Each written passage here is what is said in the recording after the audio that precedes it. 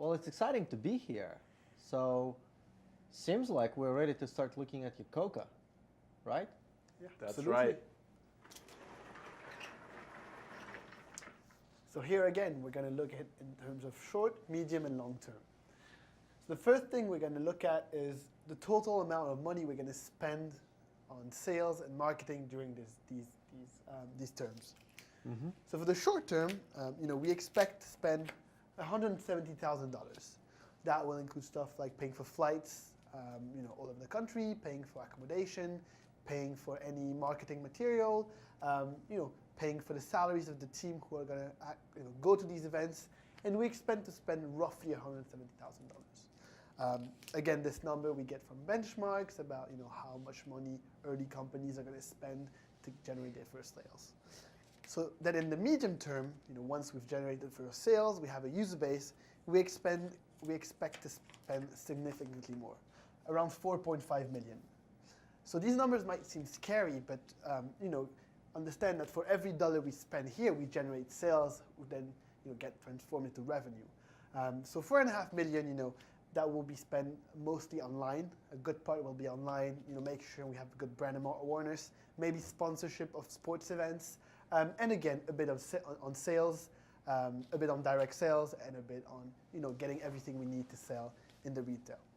And then once we make it to a successful company in the long term, we expect to spend $15 million.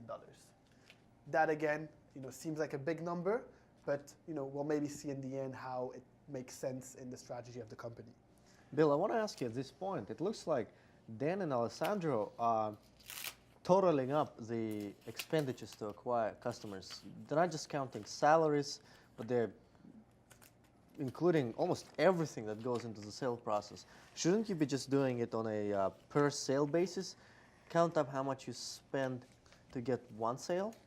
No, when you do that, by the way, that's what I did to start with when doing this. But what happens is you miss all kinds of other things that fall through the cracks. So what they're doing is correct. Figure out your total budget, everything you're spending in marketing and sales, not just on one sale, because you tend to leave lots of things out.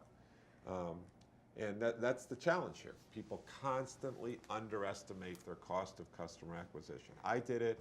I'm sure you did it in your companies. Yeah. It is just really hard to get all those costs in there. So I like the way that they're going.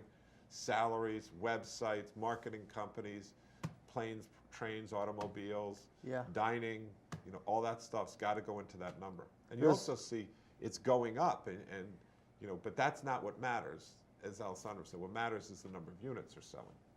Yeah, because this one is really tricky, it seems, that if you really underestimate your coca, your whole business may be riding on that, right? Yeah, and you might not recover from it, especially if you don't catch it quickly enough. And what we're trying to do here is catch it very, very quickly. In fact, we're trying to catch it before it even happens. Yeah. And that's the point of the exercise. One last point I just want to make here is, when you talk about short-term, medium, and long-term, the units here are very important to understand. 4.5 million over what time period? 1 year, 1 quarter, 2 years, because all the units have to be consistent here as we go down.